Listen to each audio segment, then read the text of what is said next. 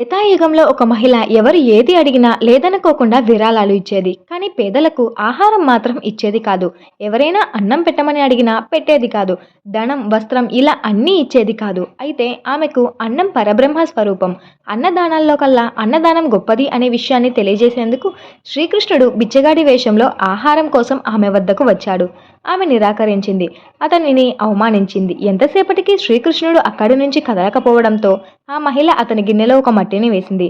అప్పుడు ఆమె ఇంటిలోకి వెళ్లి చూడగా ఆమె ఆహారమంతా మట్టిగా మారింది. ఏది చూసినా మట్టిగానే మారుతుంది. ఇలా కొన్నాళ్లకు ఆమె ఆరోగ్యం క్షీణించింది. అలాగా కొంతకాలం గడిచిన తర్వాత పుష్యమాసం కృష్ణపక్షం ఏకాదశి రోజున శ్రీకృష్ణుడు ఆమె కలలో కనిపించి ఆమె చేసిన తప్పును గుర్తు చేస్తూ శటిల ఏకాదశి నాడు పేదలకు అన్నదానం చేయమని సలహా ఇచ్చాడు.